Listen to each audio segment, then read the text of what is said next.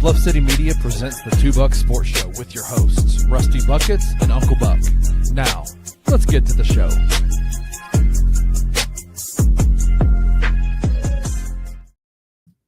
What's up, everybody? Welcome to your Friday edition of the Two Buck Sports Show. We finally made it. We were one day away from the weekend.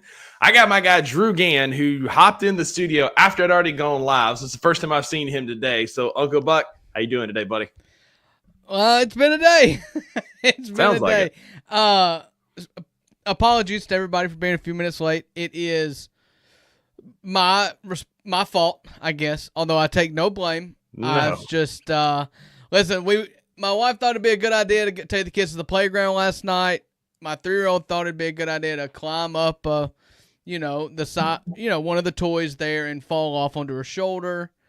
And I told my wife, as Smooth Southpaw here in the comments says, rub some dirt on it. She'll be fine.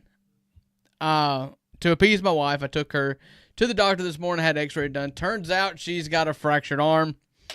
Joke's on me, I guess. Joke's on Smooth Southpaw as well. So she's in a sling. Then I had to take her to her mama because her mama was falling apart. And then to get some chicken nuggets because she had to go to the doctor today. Absolutely. I just had to take care of number 3 there. And so that's why we're late. Apologies. Absolutely. Listen, all good, man. It happens. I appreciate Southpaw standing on business as well. Going to stand by, rub some dirt on it. She'll be fine. But that's a great segue into our first segment of the day. Drew, on Fridays, we do the Bucks Big Three. And I'm excited about today's topic because it is something that going to the doctor should earn you. So after the chicken nuggets, I think our Big Three topic of the day is what Jenny should get.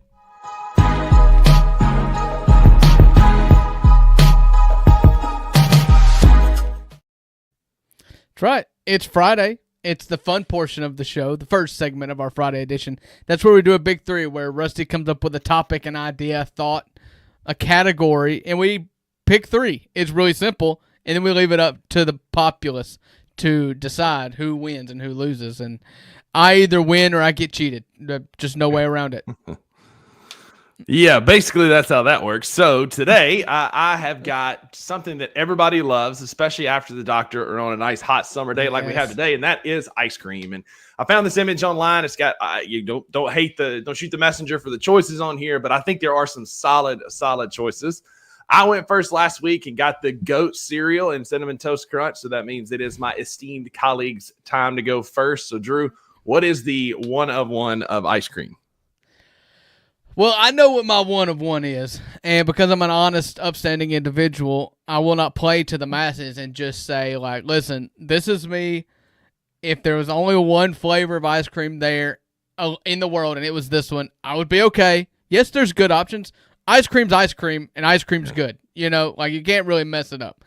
But if there's always, and I'm going to put this slash, Oreo / cookies and cream, because it's the same thing, and there's no cookies and cream option. That's the one of one for me. Absolutely every time, cookies and cream. Solid. There is one wrong choice on here, and we'll talk about it at the end. I'm going to see if you pick it, but there is one absolutely wrong choice. And for me, my one of one, if you know me, you know that any kind of dessert, it's always going to be strawberry. And strawberry is my favorite ice cream. It's my favorite flavors, favorite fruit. Strawberry to me is one of one. I love some strawberry ice cream, so I got my first pick, and I'm happy about it. Yeah, nothing wrong with strawberry ice cream at all. I love strawberry ice cream, especially if, I don't want strawberry ice cream, like strawberry flavored ice cream, unless there are strawberries in it. You throw some fresh strawberries in there, 10 out of 10. And like there's 2 distinct camps, right? There's like fruit ice cream, because I do like peach ice cream, and I like some of the other ones. And then there's like the chocolate ice cream camp, and those people typically fight. But like there's usually 2 distinct ones. Listen, the only way you can mess up, I don't want them touching each other. Like Neapolitan ice cream, pass. Don't want any part of it. No, pass. But that's all fake stuff anyways. Hang on. Southpaw here is a ball knower. So Maggie and I have a Ninja Creamy and had blueberry cheesecake last night. And for the whole thing, it was like 220 or 250 calories for the whole thing. We split that in half, so 125 calories a piece. And it's got a ton of protein because you make it with protein shakes. Like, we've been making Ninja Creamies for almost a year now, and they are incredible. They taste just like regular. My favorite is the key lime that we do. There's a pineapple that tastes like the Dole Whip from Disney World. Like, there's so many goat flavors you can do on Ninja Creamy. Shout out Southpaw for knowing ball. Oh. Wow, I tell you what, I didn't realize we had a new sponsor. I didn't realize Ninja was now the sponsor. Shout out, no free shout Sports Show. All right, next is for me is peanut butter cup. I don't want chocolate and peanut butter. You know, like for instance, in the bottom right, peanut butter chocolate. It's not the same. I want the Reese's brand Reese's cups that have the little mini Reese's in there. I get bites of actual chocolate and peanut butter smashed together. 10 out of 10. The only reason why it's below Oreo is just because Oreo is historical. It's tradition, you know? Yeah, strong. I think I'm just going for all the cookies. Apparently. Like all the candy bars. Yeah, apparently. One of my favorites, it's already been mentioned in the comments up a couple times by Jared and King Meeks. I love birthday cake ice cream. I think it's awesome. I love when there's chunks of cake in there. I like the sprinkles, the swirl with the icing in it. I like birthday cake ice cream. It's one of my favorites, so I'm going second overall, birthday cake ice cream. Yeah, that would be like a bottom third for me. Like, it's just not my thing. Birthday cake's just not my thing. Like, I like cake, but white birthday cake was just like, it's just whatever. It's a little not enough there for me. So, listen, my last pick, I think I'm going to end up with my three favorites. And I started with Oreo. I went with peanut butter cup. And now I'm going to go to the caramel fudge. This reminds me of the gold medal ribbon, which is quite possibly the greatest ice cream that's ever been created. It's a Baskin-Robbins flavor. The gold medal ribbon is vanilla chocolate with a lot of caramel in it. I love it. I'm stoked with my list. Yeah, I mean, you had me and then you lost me. I do like caramel fudge. It's fine, but like it's probably bottom third for me there as well. Well. Garbage. I'm between two. So I really like butter pecan. It's one of my favorites. It's a classic, but it's very much it's like an old man ice cream. Like, that's you're what old. My granddad always got. So I mean that fits. I mean, I guess that's on brand. But I'm gonna go with cookie dough. Because I've got fruit, I've got birthday cake. I'm gonna round it out with some cookie dough because I do like a good cookie dough blast from Sonic is also right on time. But cookie dough ice cream, when you got chunks of cookie dough in that ice cream, you got chocolate chips in there as well. Like, it's hard to mess up a cookie dough ice cream. And so again, I'm tickled with my list. I got strawberry, I got birthday cake, I got cookie dough. I'm happy about it. My honorable mention would be butter pecan, but I didn't want to seem like an older man than I already am. Yeah, so I'm not a big fan of cookie dough. I don't think I like raw cookie dough just out of a bucket. I've never just been the biggest. Like, I don't care if I ever have cookie dough ice cream, with the exception, and this leads to a funny story about someone who shall not be named on this show. But one time I dog sat for Rusty, and in his freezer was a gallon bucket of not Ben and Jerry's, Bluebell cookie two-step, in which it had Oreos and chocolate chip cookie dough in it. Yeah. And I thought, like it was courtesy of them to leave this for me since I was watching their dogs for like a long weekend. And when they came back home and I left, shortly thereafter, the person who shall not be named yelled at me for eating the whole gallon of her ice cream. I wasn't mad at all. I thought the same thing, but we're going to leave that as it lies. I thought I was home/dog sitting, and in the home with the dogs was ice cream. It's free game. I even showed you like here's my liquor cabinet. Here's all of our snacks. Here's all the things you could possibly need. And so make yourself at home means consume the ice cream, or so I thought. Yeah. My honorable mention, there's nothing in this world with a higher floor than a good chocolate ice cream. I mean, you just can't beat chocolate ice cream. Yeah, I agreed. Like, sometimes it can be a little rich, but yes. The richer the better. Pretty high. I'm a gold digger, baby. I like a little bit of vanilla. Vanilla is not bad. Just like a plain, because you can church it up. Like we do homemade vanilla ice cream a lot and put sprinkles on top or cinnamon on top. Like there's ways you can church up vanilla, but if we're just going straight flavor, like a good homemade vanilla Bluebell is good.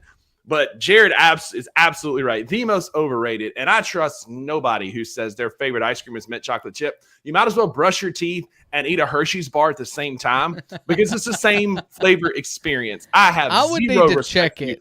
I've honestly never had it. If you tell me that mint chocolate chip, and I've tried it. I have tried them all. I've tried the York peppermint patties, Andy Mints. But if you tell me that mint chocolate chip is your favorite ice cream, zero trust. Do you like Andy's mint chocolates?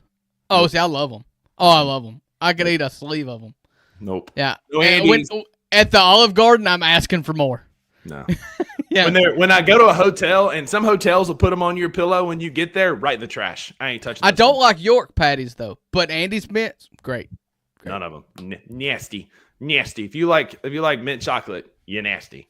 But that's all the time for today. Appreciate y'all hanging out with us. Y'all let us know if you're watching this back later. Pop in the comments below. Let us know what your favorite ice cream is from the list. We want to know your big three. Look for these on socials later today when I get some time. I'm going to put them up. And appreciate y'all playing along. Jared, King, Meek, Southpaw, let us know y'all's favorites. Appreciate y'all being here and hanging out with us for sure. Drew, we have quite a bit of college football to get to. It's a big weekend, and we can't get there without picking against the FanDuel spreads. On the other side of the break, we're talking college football pick'ems.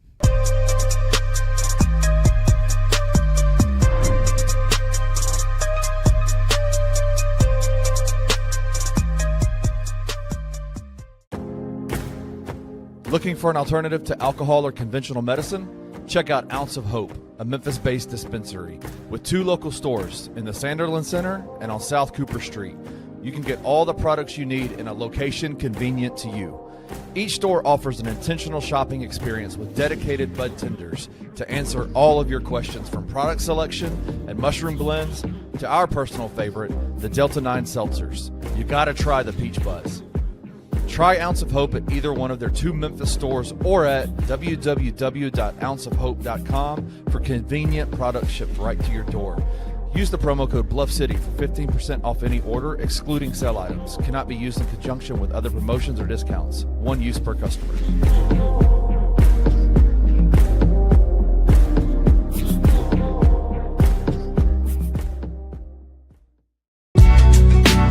In the heart of the Highland Strip for 27 years, Trilogy Tattoo has helped tell stories for Memphians for generations. Located at 530 South Highland, Richie and his team are waiting to help you tell yours. From tattoos to piercings, your body art should be as unique as you are.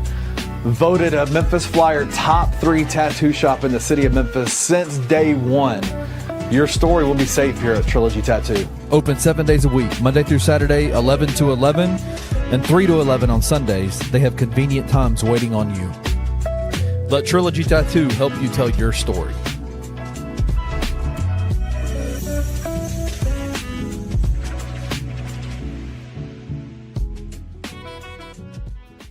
Crazy quote from Adam Silver. Let me put out this disclaimer first of all.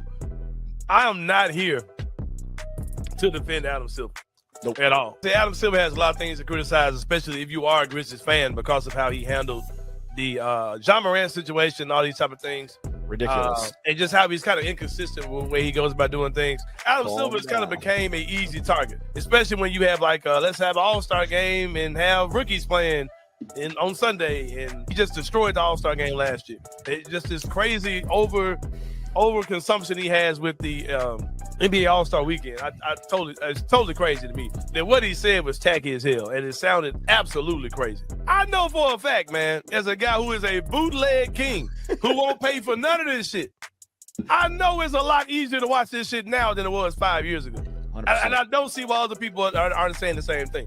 Tune in to the Anthony Sain Show Monday through Fridays at 1 p.m. live on the Bluff City Media YouTube channel.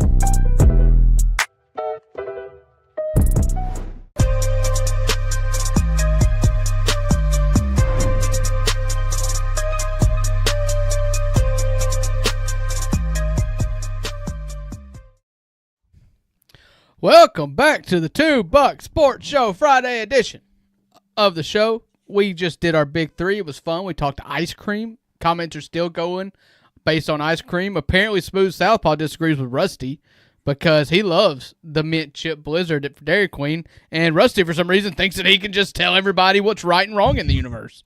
So, I appreciate the owning it that he can't be trusted because he knows. If you like it, you know you can't be trusted. I trust you. I trust you, Southpaw. I do. College football week number 3 is coming. You know, we had the big top-heavy weekend of week 1. We had the underrated week of week 2. And week 3 is just here to party, brother. It's loaded. We got plenty of stuff to talk about. We're going to pick games against the FanDuel spreads. And I've got some coming back to do. And I will do it this week. Yeah, exactly. Falling behind a little bit after our early picks. But that's okay because we got plenty of time to make it up as the season's just getting underway. But we've got 7 games. I tried to do 8 like we did last week, but I just couldn't. There's just not 8 games to pick. And so there are some great games this weekend, but some that, you know, there's probably some rivalry games, some other little games out there. But regardless, we're going with 7. It's our show us what we're doing, dadgummit.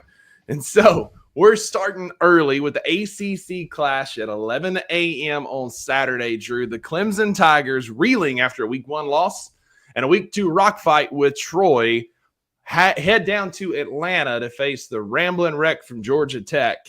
Clemson opens as a 3.5-point road favorite. Who you got? So I think this is going to be the start of a trend that I've got.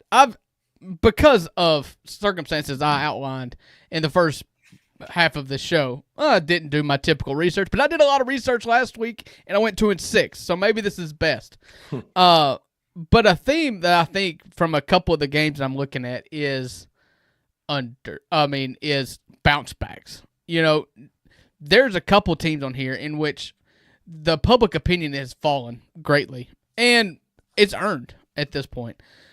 I'm going to take Clemson, just minus the 3.5 on the road. I think talent wins out. I think pedigree wins out. Georgia Tech always upsets somebody to the point to where they're almost favored, and I just think that I just think that talent wins out. I think that these teams are too talented to just continue to lose. This isn't a Florida State situation where you're tied to a DJ Uiagalelei. This is Cade Klubnik. This is Dabo Sweeney. I just think they bounce back and they kind of get back on track. They're an upper level team in the ACC, and I just don't think Georgia Tech is. I don't either. I don't think Georgia Tech is either. But I think that what you said earlier, Georgia Tech finds that one win every year that they upset, and I think this could be it. You know, Clemson, they've sleptwalked through the first 2 weeks. We gave them grace because that's a good LSU team that they went toe-to-toe with at home, and they lost. I mean, LSU is one of the best teams in the country, has one of the biggest signature wins now over Clemson, only for them to turn around and play with their food. It was an ugly game. There was a weather delay. I understand all the things around Troy, but that ain't the Troy of old. That ain't the Troy that we grew up watching that went toe-to-toe and beat up on some people. That's just a hard, scrappy team. I think that Clemson is still trying to figure out their identity. In the past, Klubnik has struggled in big games. He's had monster games, but he's struggled a lot. And I think that the preseason hype that I bought into, and I own that here amongst friends, was a bit high for the Clemson Tigers. Haynes King can beat you with his legs. I think Georgia Tech, with their two-headed monster of the running back and Haynes King, can hold on to the football and keep Klubnik on the sideline. Give me Tech to win outright. I was going to take him just to cover, but I'm taking Georgia Tech with the big early season upset of the Clemson Tigers. Yeah. I knew you were going to go there. And you have to. You've talked about this game since before the season started. So you have no reason to feel less confident. Yeah. And I'm the one that's out on the limb here, surprisingly taking the favorite. But I am going to take the favorite. I'm going to take Clemson. Talent wins. Yeah, absolutely. Did you pull up Grok to see what his picks are or their picks are? No. I will do that, and I will circle back to this game at the next game. Because I'm up first, so I'll go first. I got Georgia is a 4.5-point road favorite at Tennessee. Over/under set at 49.5. Not necessarily expecting a ton of points in this game. It's a big rivalry game, and it's one that I feel like Georgia finds a way to win. They're 8-2 in their last 10 against Tennessee. They're also 6-0 against the spread in the last 6 games against Tennessee. Dogs are a 4.5-point road favorite traveling to Neyland. Look, I get it. It was impressive that they beat Syracuse. They put up a program record points last week, 72 points, the most Tennessee scored in the modern era. And it's impressive. It is. But I think Georgia has been slept on and kind of overlooked this year. You know, in our Grease poll this week, we both were like, oh, it's our obligatory Georgia pick because they're undefeated, blah, blah, blah. And for Clemson or Kirby Smart always has Georgia ready for this game. It's a big rivalry game. It's a game that both teams really need if they're going to be in the playoff contention, in the playoff conversation. Tennessee more so, and I think they'll be up for it. I just think Georgia has too much talent. I think Gunnar Stockton can control the game and play his game, and I think Georgia wins on the road by a touchdown or more. I agree. I went through the stats earlier in the week. Georgia has won the last 8. They have won the last 5 by double digits, including some that were just ridiculous blowouts. And Tennessee's had really good teams on a couple of those occasions. I'm not going to say it's in Tennessee's head like Florida was at one point. I think Tennessee fans a lot of them don't really sweat a Georgia loss. I could be totally wrong, but I'm picking Georgia. The history's there. I think Georgia's better. I think that they are more physical run first team this year. That's what they've seemed so far, although it's against 2 cupcakes. But yeah, I'll pick Georgia minus 4.5. Let's see what Grok says. Well, real quick, we'll circle back. Clemson, it said, so Grok, this was their headline. Tigers rank 104th nationally in total offense and a 122nd in rushing. Clemson is 1-1. Yellow Jackets 2-2. Clemson has won the last 9 meetings, 8 of which by 14-plus points. However, Grok picks Georgia Tech plus 3.5. Ball knower. What about Georgia, Tennessee? I'll tell you in 1 second. Georgia is a 4.5-point favorite. While he's doing that, I am going to take a real quick time to remind y'all of the College Football Saturday show. This Saturday, it's tomorrow. We're going to have the Clemson-Georgia Tech game on at 11. We're going to have the Georgia-Tennessee game on at 2:30. And then we're going to have the Texas A&M Notre Dame game on at 6 on the big projector with the sound. You can come watch that game. If you get there early, you get a table. You can watch your game on that TV. I'm going to be there. Gabe Kuhn is going to be there of On the Bluff. And Drew is very likely going to be there if he can get away from ball practice. Drew's going to be there. So you're going to have 3 knuckleheads talking ball. It's going to be a great time. Y'all come out. Live show at 5:30 p.m. If you're local, be there. If not, it'll be live here on YouTube. So in the last 8 meetings in which Georgia has dominated Tennessee, the average margin of victory is more than 30 points. However, Grok says extreme value for the home underdog here at 4.5 and picks Tennessee. There we go. All right, up next, we've got the darlings of college football right now off of a massive upset of Boise State where they beat them to sleep 34-7 in week 1. They go to the formerly intimidating Swamp, which is nothing more than just a humid splash pad now, I think, and upset the Florida Gators on the last-second field goal. They travel to Coral Gables where Miami is a 17.5-point home favorite. Drew, can the Bulls continue their magical run? Listen, this isn't a – I think this number's too big. Maybe I'm foolish. I think South Florida is the only team – I don't think this. I know this. South Florida is the only team with 2 top 25 wins. They dominated Boise State, and then they went to Florida in Tallahassee and won that game. It was ugly. Don't care. Florida was a top 15 ranked team. South Florida out-physicaled them. They beat them to a drum. They made the game physical. When a Group of 5 school is playing a Power 5 school or Power 4 school, I expect the Power 4 school to be able to impose their will. Even the upsets, it's not because they were, on par physically. South Florida is. I'm a big fan of Alex Golesh. I'm a big fan of the Bulls. I think 17.5 is too much. Give me the Bulls. I'm there. Listen, Miami's going to win. I think Carson Beck was amazing against Notre Dame. He's looked really good. They have not turned the ball over a single time. Neither has South Florida, which is also interesting. But 17.5 is wild, especially with, like you said, how South Florida can strip the game down, slow the game down, and play with some of these more physical teams. The over-under is set at 56.5. I would probably lean to the under. I think this is going to be another ugly, just like you said, physical, rock fight, as you call them, type game. And I think that Miami wins because talent wins, but I think this game is close, 21-20, maybe one of those scoregami 19-16 kind of things. But I don't think it's going to be high scoring, but I think that Miami wins, but I think USF covers. What does Grok say? All right. Grok agrees with us. He takes South Florida plus the points, given 17.5 points. Grok predicts this score to be Miami 31, South Florida 17, along the lines of what you said, where Miami wins but does not cover and goes under. That would put the point total at 48. You said the point total was 51? 56.5. So, I think you and Grok are in simpatico on that one. Big fancy words here for this Friday. Simpatico, it's French for in rhythm. Well, San Diego. Thinking about Anchorman there. Anyway, we both got South Florida covering, as does Grok. So next up is an SEC clash. You got Vanderbilt traveling to Columbia. Williams-Brice, not under the lights. It's a 3:30 kick. Vanderbilt is traveling again to South Carolina. Carolina is a 3.5-point home favorite. Essentially a pick 'em at 3.5 points. I've been high on South Carolina. I'm not going to change now. Vanderbilt's a cute story. It's fun. Diego Pavia is great. I do like Diego Pavia and Clark Lee. It's a fun story.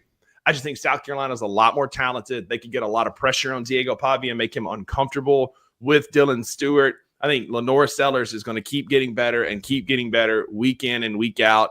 Carolina defense is for real. I like Vanderbilt, but I like Carolina in this game to win by a touchdown or more. I think they cover fairly easily. This is a weird game in which you have a common opponent in week 3. I'm a big fan of Vanderbilt, Clark Lee, Diego Pavia. Everything that Rusty said, I agree with. I think that they are special, they are underdogs, and they love being the underdog. But both of these teams have played the same team in week 3.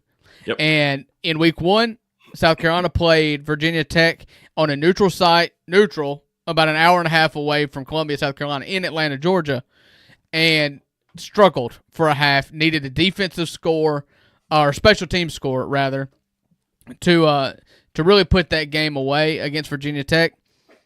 And then the next week, Vanderbilt goes on the road to Blacksburg, Virginia, to play Virginia Tech on their home field, and they dominated them, like 44-20, something like that. Ended up being a 3-score game. You compare that with the fact that even last week, South Carolina's matchup with, I believe it was South Carolina State, they needed another special teams touchdown to make that look like a comfortable win for them. So I do believe South Carolina figures it out. Just like last year, I think this year that they will be hitting their stride later in the season rather than to start the season. But I'm taking Vandy plus 3.5. I'll take the spread. I would take a money line, but you're offering me points, so I'll take the points. I'll take 3.5. And Grok agrees with me. It says Vanderbilt plus 3.5. South Carolina's home edge in series history screams the favorite, but 3.5 is inflated against a Vanderbilt team that's covered both games and showed resilience and comeback in both games. So, me and Grok in rhythm. Lockstep. Next up, we've got the big game of the weekend for the SEC, at least for one of the people on your screen here and somebody in the comments. We talked about it a little bit this morning. Jared and I did, so I'm curious on your take, Drew. Ole Miss hosts the Arkansas Razorbacks, and if you know ball and you follow this game, you know this game can be absolutely wild. It can go stock, but I think we can look back over the history and see that more often than not, this game gives us fireworks, dramatics, dynamic plays, and it opens with Ole Miss as a 6.5-point home favorite. The over-under was at 61 when I made this. It has now crept up to 62.5. So, the number is going up for the amount of points that are going to be scored. Drew, is Ole Miss up for the task against a feisty Arkansas team?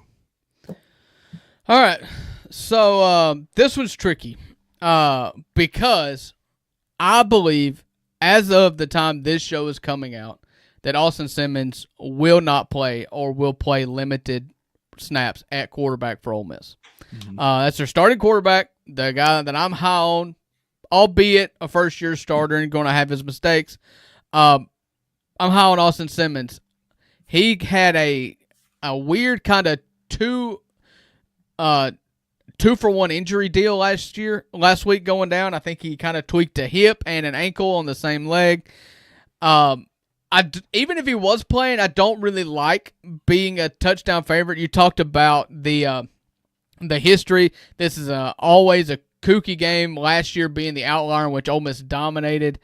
2 years ago it came down to Arkansas went for a 2-point conversion to win, opposed to going for the tie and the extra point and missed it. It was like a 52-51 game. It was wild. Over 100-point scored in that game.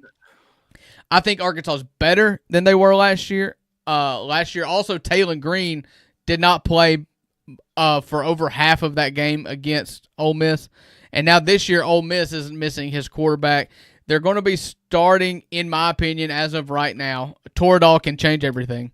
But I believe they will start Trinidad Chambliss, who was a D2 superstar last year, kind of an undersized, uber athletic quarterback that has basically only been used in run packages so far this year. So I don't really know what to expect. But given all of those, given the fact that my head told me to pick Kentucky last week and I let my heart overrule it, I'm going the Hogs. I think Arkansas covers, Ole Miss wins. How about that? I did not see that coming. I think the Austin Simmons news is a big part of that. I'm in the same boat. I think Arkansas covers. I was really bullish on the over, but without Austin Simmons, I could see Lane Kiffin dialing this thing back, leaning on Kejuan Lacey, running back, and just feeding him all afternoon, keeping SEC leading rusher Kejuan Lacey. Yeah, I mean, just a kid. The kid is super shifty, and he's got great vision, great footwork. Like he's a fun running back to watch. If you hadn't watched him yet, make sure you tune into this game at 6:00 on Saturday at Grind City Brewing, where we're going to be talking about the game coming up. And so make sure you're there to watch it with us. But I think Kejuan Lacey is going to be the key to this game. I think Ole Miss wins, but I do think Arkansas covers. I think this is another just little close maybe like a 3 or a 4 point game. I could also see this being a 1 point game, but I don't know that it's going to be quite 51-50 like it was a couple of years ago. I think this is a close game, a running game, unless Taylon Green can hit a few shots against the Ole Miss defense. I just think that Ole Miss will be able to control the clock and the game. What did you say the over-under was? 62.5. 62.5. Okay. Grok, this is what they think. Ole Miss's home dominance. Ole Miss is 14-1 straight up in their last 15 home games. So I wouldn't moneyline Arkansas right here, although you could probably get pretty good odds with a 6.5 point spread. Grok believes that Ole Miss wins straight up. They win against the number. Predicted 35-27 Ole Miss win in Oxford, Mississippi. We'll find out again. If you want to bet, if you want to use some of these lines, some of this information, there are no refunds of what you heard, but you can use some of this information you got today over at FanDuel.com to make your predictions on college football this weekend. Yeah, I'm curious to know what Jared's thoughts are on it, but I've talked to several Arkansas fans. I don't ever pretend that Arkansas fans are like anything other than delusional. Yeah, they're not rational typically. Not the ones I talked to. Jared's excluded from that. We haven't talked Hogs with Jared yet, or I haven't. Yeah. They're all really high. They talk about Lamar Jackson in year 2 under Petrino, how there was a leap. Taylon Green dealt with injuries last year. Is it possible that he's really awesome? Yes, absolutely. I think this is more likely to be a shootout than a rock fight. I think Ole Miss wins, Arkansas covers. There you go. Speaking of a rock fight, we've got Florida, who does not have an offensive identity, already upset by the aforementioned South Florida. DJ Lagway has struggled making decisions this year. Florida's just not played well. And you would say, thankfully, they go on the road. but because they haven't played well at home. But I don't know that you should say thankfully, because they play at Baton Rouge at 6:00 on Saturday night. And we all know what happens under the lights in Baton Rouge. Things can get squirrely. This is one of the best teams, if not the best team in the country. I would put them up against anybody, including Ohio State. I think Ohio State's great, but I also think LSU is really good. That's why I've had them number 1 in my poll, in the Greaves poll this week. Over on FanDuel, they have LSU as a 7.5-point home favorite over Florida. The over-under is set at 46.5, which I think is interesting. That's kind of a low line there. I think they're expecting a lower scoring game. Recently, Florida is 5-1 against the spread its last 6 games, but 1-4 in its last 5 against the spread against LSU.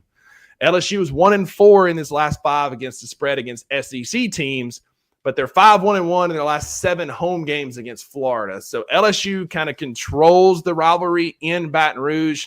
7.5, 12.5, 17.5. It don't matter. I think LSU beats the brakes off of Florida. I don't know that it's ever really close. I mean, this thing could be like 31-6 before you even know anything happened, because LSU's defense, for as bad as it was last year, has been nasty this year against Clemson and against a La Tech team that was clearly overmatched. I think we're going to see a similar thing this Saturday. Tigers by 90. I don't even think this thing's close. Interesting. I'll point you back to the theme I started this with, and that is maybe we're giving up too soon. And I'm not ready to write the book.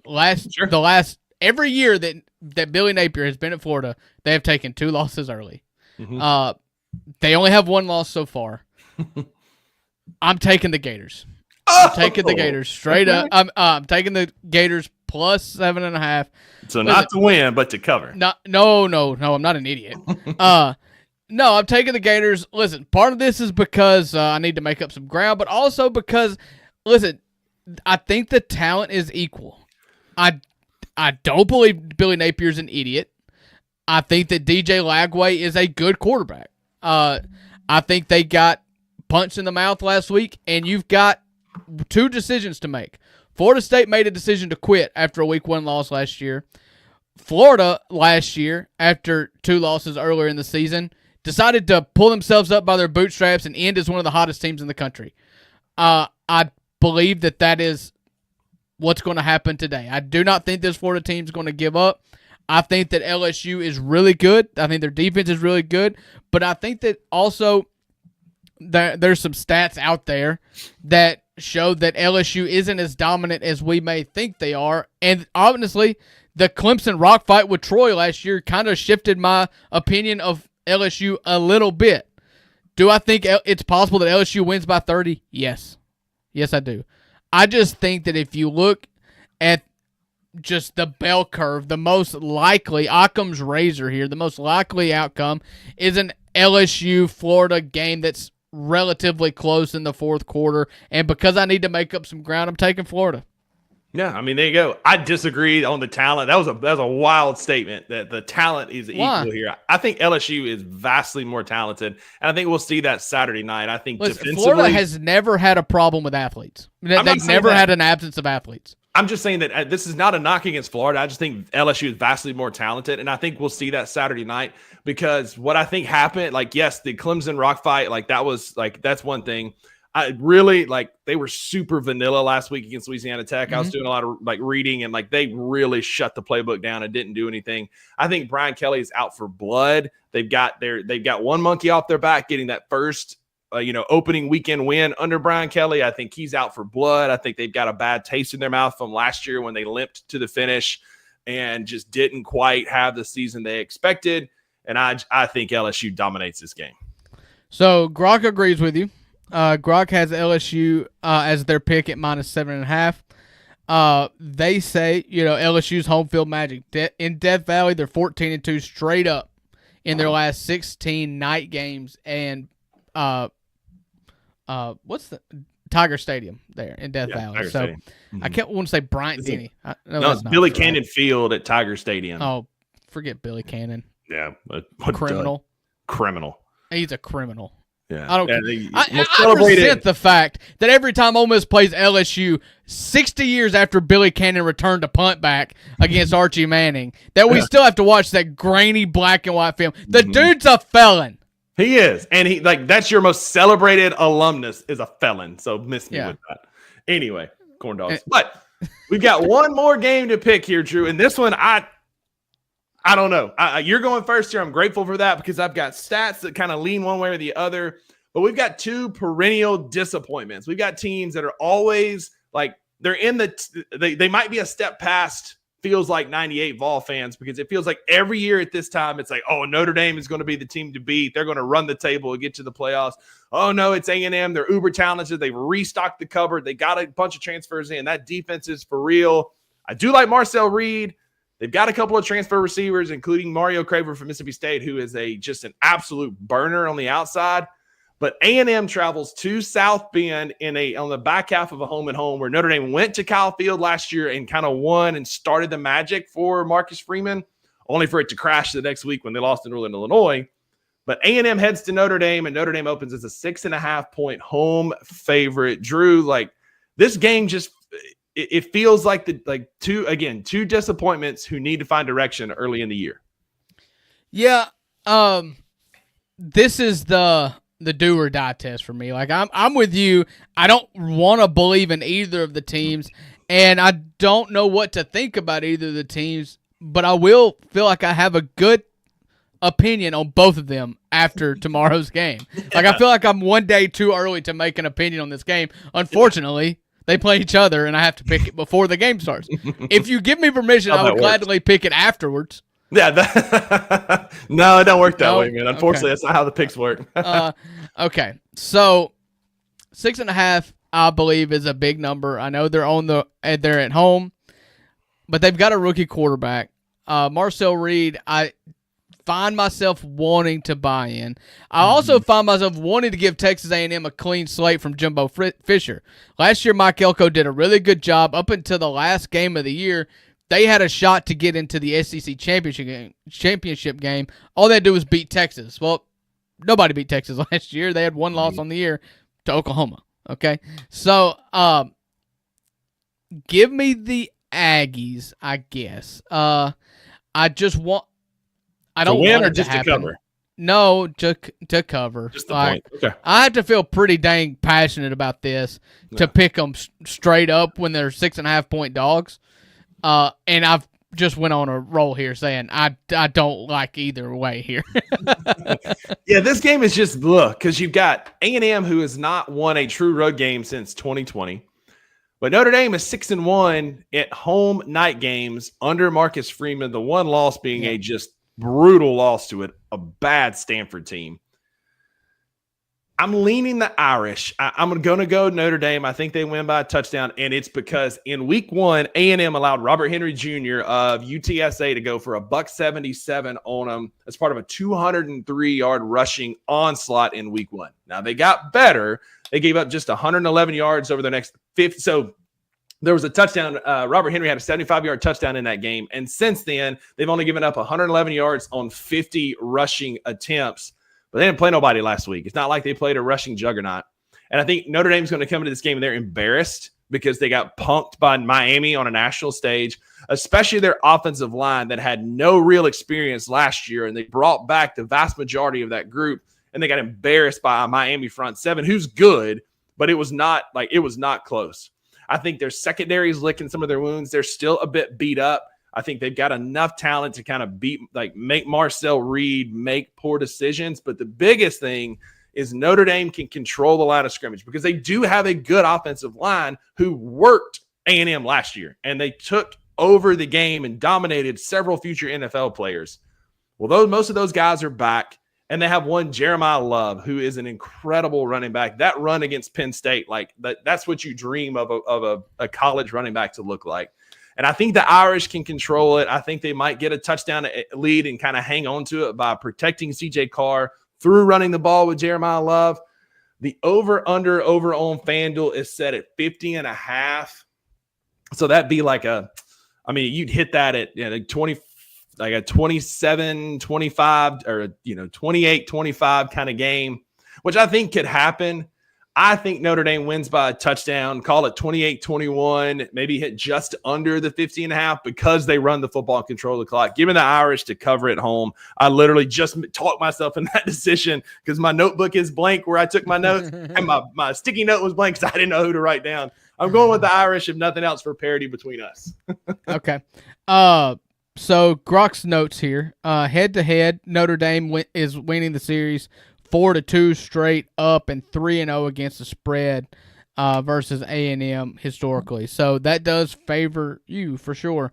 The models favor Notre Dame. S&P Plus projects a 70% win probability for Notre Dame. Fox implies a 28-22 game. That is just based on the point spread and the points total. You say 50.5, 51. 50.5, yeah. So. And a 6-point spread that implies a 28-22 Notre Dame win. Mm-hmm. Grok picks Texas A&M plus 6.5. The urgency, it says, is there for Notre Dame coming off of a loss to Miami in week 1. But 6.5 is too wide against the 2-0 Texas A&M offense that's humming with Reed's efficiency and explosive transfers. Expect the Aggies to keep it close via balanced attacks and opportunistic defense covering in a thriller. His final score is 28-24 Notre Dame. I like it. I mean, this game has feels like it's kind of being hyped up as the heavyweight fight, and I could see that. Like, this could go down as like an epic clash. And it could also be just ineptness on display as two perennial disappointments who never live up to preseason hype, just kind of muddle around for a couple hours on Saturday. This is my asteroid game. If an asteroid was going to hit somewhere, South Bend, Indiana. South Bend, Indiana. We don't want anybody to get hurt, but just kind of like when Bain took over Heinz Field. That was supposedly in Gotham with Heinz Ward. Returning the kickback. And black and yellow and all, yeah. Nobody was hurt except for, the field caved in. Maybe that situation. We hope for. Yeah. But with that, Drew, a couple other games of note that we didn't pick today because I don't know that they're going to even really be close.